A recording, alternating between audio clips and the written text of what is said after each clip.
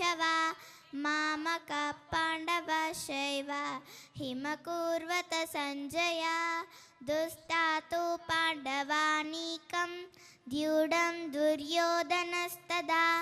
आचार्यमुखसंदम्य राजा वचनब्रवीत्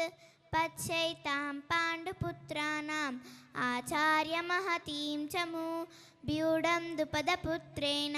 तव शिष्येन धीमता आप्रशुरामहेश्वासः भीम अर्जुनसमायुति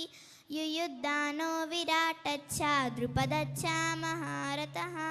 दुष्टकेतुच्च कीतानः काशीराजच्च वीयवा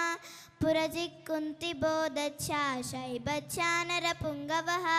युधामानुच्च विक्रान्तः उत्तमौदच्च वीयवा सौभद्रो द्रौपदेयश्च सर्वहेमा महारथः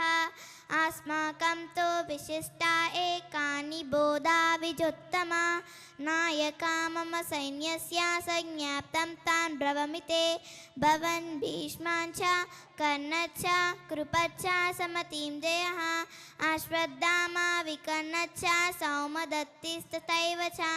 अन्ये च बहवः शूरः मत्तर्ते तत्तज्जीवितः